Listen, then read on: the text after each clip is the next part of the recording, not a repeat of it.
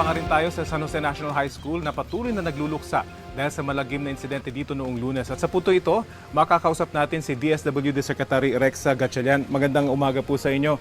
Sec, unang-una, kumusta? Bumisita po kayo dun sa mga naging biktima nitong pamamaril. Kumusta po sila? Rafi, na utusan tayo ng ating Pangulo na agad-agad na puntahan yung mga pamilya para masigurado natin both yung mga namatayan at saka yung mga nasa hospital para matulungan natin. When I say tulong, burial assistance, medical assistance, it goes without saying. Pero ang importante doon, nung day one pa lang, dineploy na natin yung mga social workers natin na tatabihan sila because yung psychosocial intervention ang crucial eh. How to deal with the trauma, how to heal. So importante, and our social workers are equipped to help out. Yung dalawang biktima nasa custody, yung dalawang suspect nasa custody na po ng DSWD, ano pong intervention ang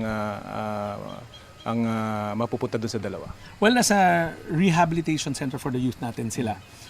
Right now, yung below 15 years old, kasi dalawa sila, no?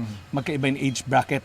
Yung 14-year-old, may mga interventions yan kagad. The social workers, based on the intake, will come up with a intervention plan. At yung intervention plan na yan, hindi yan yung mabilisan, matagalan yan.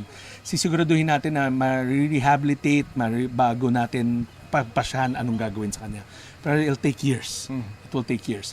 Ngayon, yung lagpas 15 years old, yung 15-year-old at ilang araw ang nilagpas, yun yung ngayon dadaan sa legal proceedings para ma-check kung meron niyang table to assess kung meron siyang discernment. Alam ba niya yung ginagawa niya? Alam niya ba ang tama at mali? Alam niya ba ang consequences? Pag napatunayan na may discernment siya, then sasampahan siya ng criminal liability. May kaso yan, kasong kriminal. At yung judge ang magde-determine yan, and then sasampahan siya. Ang mangyayari naman doon, kapag nahatulan siya ng judge, meron naman yan yung diversion program na gagawin. Mas mabigat yon kasi yun yung restorative justice talaga. Kailangan masigurado natin na may remorse. Ibig sabihin, sorry ba siya sa ginawa niya? And pagbabayaran niya ba yon? Naiintindihan niya ba? Then yun yung mga next na hakbang. Sa huli po namin impormasyon, tinanggap ng piskalya yung kasong isinampa sa kanila na doon sa 15 years old na triple murder at frustrated murder po. Kanino po siya mapupunta na kustodiya kapag gumulong yung kaso? Nasa amin. Sa amin yan. They will stay in one of our shelters na facilities. Actually, it's not even a shelter. It's a facility na talagang nakatuon para sa mga children in conflict with the law. Baka isipin ng mga nanonood na halo-halo kasama ng mga nabiktima, yung mga naabuso na mga bata, iba yan. Marami tayong pasilidad na ang mandato, iba-iba. Meron para sa biktima, at this case, meron para sa children in conflict with the law. Paano po yung konsepto ng hustisya para dun sa mga biktima, lalo na sa mga namatayan, gayong nasa DSWD, yung dalawang perpetrators? Well, kanina nakausap ko yung yung tatlong magulang. Yung isa, ang sinasabi nga niya, gusto nila ng assurance na hindi yung bata nasa komunidad pa rin. Yung as if nothing happened. So inassure ko, kasi hindi raw nila nakita, inassure ko hindi, nasa amin yung bata, yung dalawa. At yung mga shelter na yan, hindi yan shelter na isipin nyo na makomportable ang buhay, kundi it's more of a rehabilitation area kung saan talagang may disiplina, nakadit na nasa amin siya physically, at hindi na yan babalik sa komunidad nila, not in the immediate future. Now yung isa naman, yung 15 years old pataas, ang sinasabi nga, may criminal liability siya kung may discernment. And doon rin papasok yung konsepto na pag hindi namin ma-rehabilitate at sabi ng mga social worker hindi nagbago, pagdating niya ng age of majority, ikukulong rin siya.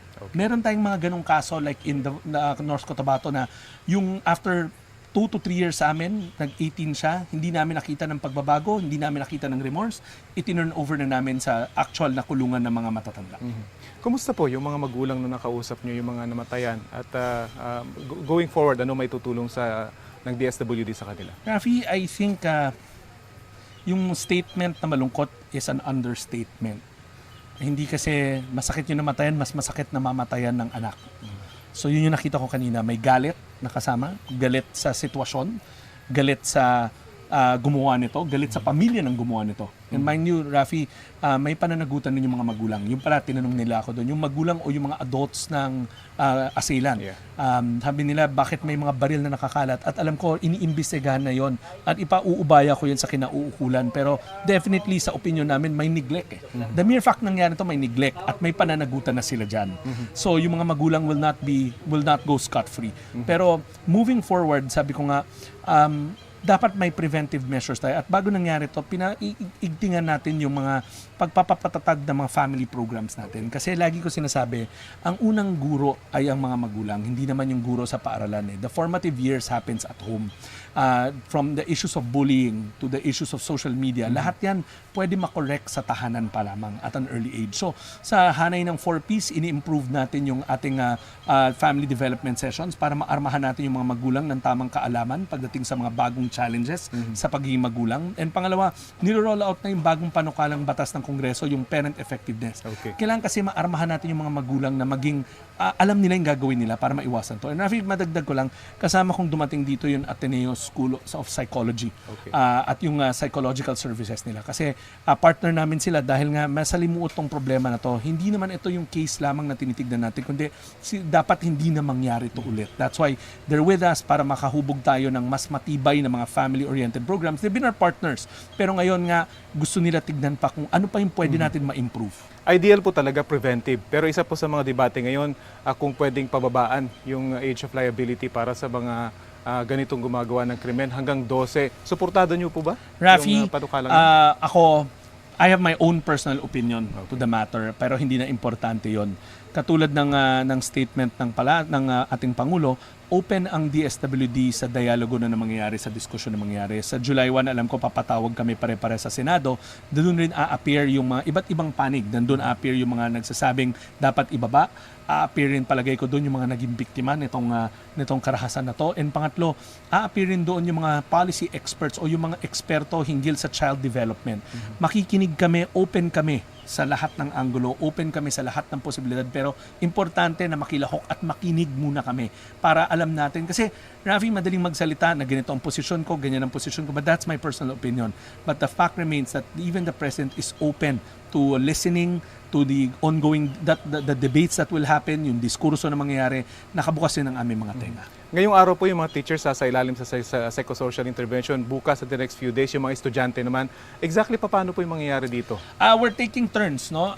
Actually, kausap ko yung principal, sabi niya it's being run by DepEd itself kasi may mga grief counselors at counselors ang DepEd. DOH has their own psychological services. And then yung DSWD are social workers. So, ang importante kasi doon, Rafi, ulit-ulitin ko, these are, paunang sessions. Hindi ito ang una at huli. Matagal maghilom yung ganitong sugat. Matagal mawala yung shock. Matagal mawala yung trauma. So, etong mga sessions na to, kumbaga, is to decompress muna. Kasi immediately we have to decompress dahil mataas yung emotional stress at anxiety na dinadaanan ng mga magulang. Hindi lang ng mga namatayan at hindi lang yung mga nagkasakit, kundi yung mismong community as a whole. The school community is an organism. Masaktan mo ang isang bahagi, masasaktan mo ang buo. At ang school ay parte ng isang mas malaking komunidad, yung sambayanan ng Tacloban. Masaktan na ang isang paaralan, parang sinaktan mo na yung buong syudad. So, matagal tong paghihilom na to. Kaya nga kami, kasama namin yung mga policy experts natin, yung mga eksperto sa larangan na to, para hindi aalis ang mga social workers namin sa mga apektado hanggang sa maka-heal at maka-move on. Very quickly po, mag-iikot pa po kayo dun sa mga hospitals. May naikot na kayong hospital kanina. Kumusta po yung mga victims? Well, sa mga palad, nakapunta ako sa dalawang hospital at nandun pa sa ICU yung dalawa. Sabi naman ng doktor na they're doing everything they can para masigurado na makarecover na maayos. Kaya lang ako pumunta dahil tulad ng sinabi ko na utusan ako ng ating Pangulo to assure the families na wag na nila isipin yung gastusin sa pagpapalibing, wag na nila isipin yung gastusin sa hospital, kasi yung iba private hospital. Sagot na ng DSWD yun. Ang gusto namin is sila makafocus sa mga anak nila na nasa hospital and at the same time, yung makaheal rin sila personally kasi this is a very traumatic experience. Tulad ng sinabi ko, pati yung mga magulang may trauma yan na bit. Sabi nga nung isa, yung anak niya nagigising sa gabi ng umiiyak. Then those are telltale signs already of ongoing trauma or stress. Kaya nga yung social worker natin, hindi sila lulubayan hanggang sa makaraos sa insidenteng to. Okay. Maraming salamat po sa oras na binigay niyo sa Balitang Thank you. Thank you very much po. Balik muna sa studio.